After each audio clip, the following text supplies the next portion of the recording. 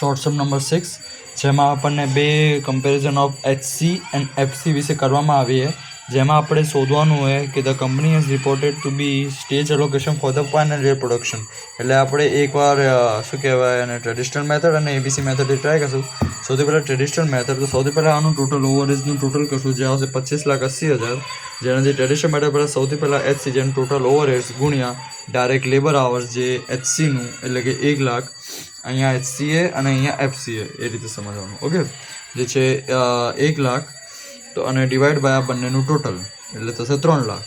તો 3 લાખ નીચે લખી દીધા અને પછી અહીંયા પણ 25,80,000 ગુણ્યા 2 ડિવાઈડ બાય આ બંનેનું ટોટલ એટલે આવી જશે 3 લાખ. ઓકે, હવે આ 3 લાખ કાં તો બંનેના ટોટલ છે કાં તો અહીંયા લેબર રિલેટેડ, એ મને ખબર નહીં, બટ અહીંયા લખ્યું ટોટલ ડાયરેક્ટ લેબર આવર્સ એટલે એનો મતલબ તો એ જ થઈ કે આ બંનેનું ટોટલ, એટલે આ બંનેનું ટોટલ જ સમજવાનું 3 લાખ.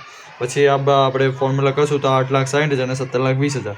હવે ટોટલ આપણે એનું પ્રોડક્શન શોધવા માટે HCનું કેટલું હોય તો જો સૌથી પહેલાં આપણને અહીંયા આપ્યું કે 32 લાખ પ્રોડક્શન અને ફોર HC અને 10 લાખ ફોર FC કર્યું, એમાંથી 8,60,000 અને માઇનસ 17,20,000 પ્લસ કરવાના એટલે એમાંથી મળે છે 4,40,60,000 અને 27,20,000. એમાંથી અહીંયા કીધું કે યુનિટ પ્રોડ્યુસ 40,000 અને 1 લાખ, તો divide by 40,000 divide by 1 lakh એટલે આપણને મળી જશે. હવે આ થઈ ગયું ટ્રેડિશનલ મેથડ. હવે ABC મેથડમાં same activity, overheads, basis, rate, HC અને FC લખી દીધું. લેબર રિલેટેડ કેટલું હોય 3 લાખ, 3 લાખ લખ્યા. બેઝિસ અને કેટલા હોય તો 1 લાખ ને 2 લાખમાં રેશિયોમાં કરવાનું. રેટ લખવાનું, રેટ તો ખબર છે કેવી રીતે શોધવાનું, પહેલાં જે કીધું કે 3 લાખ ડિવાઈડ બાય 1 ટોટલ એટલે રેટ મળી જશે અને આમાં એલોકેટ કરી દેવાના. સેમ 3 લાખમાં પછી machine related 4,50,000, machine setup for 7,50,000, order processing for 6 lakh and general factory for 5 lakh.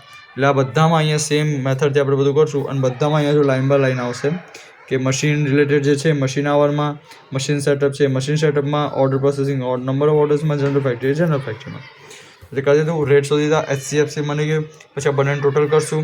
પછી સૌથી પહેલાં ડાયરેક્ટ મટીરિયલ કેટલું હોય તો HCનું ડાયરેક્ટ મટીરિયલ અહીંયા કેટલું હોય આપણા જોડે, અહીંયા આપીએ 32 લાખ, તો 32 લાખ એટલે 32 લાખ ડિવાઈડ બાય 14,84,000 એટલે આપણને આ મળી જશે. અને સેમ અહીંયા પણ કે જે 10 લાખ હતું તો 10 લાખ ડિવાઈડ બાય 10,96,000 એટલે મળી જશે 21,92,000.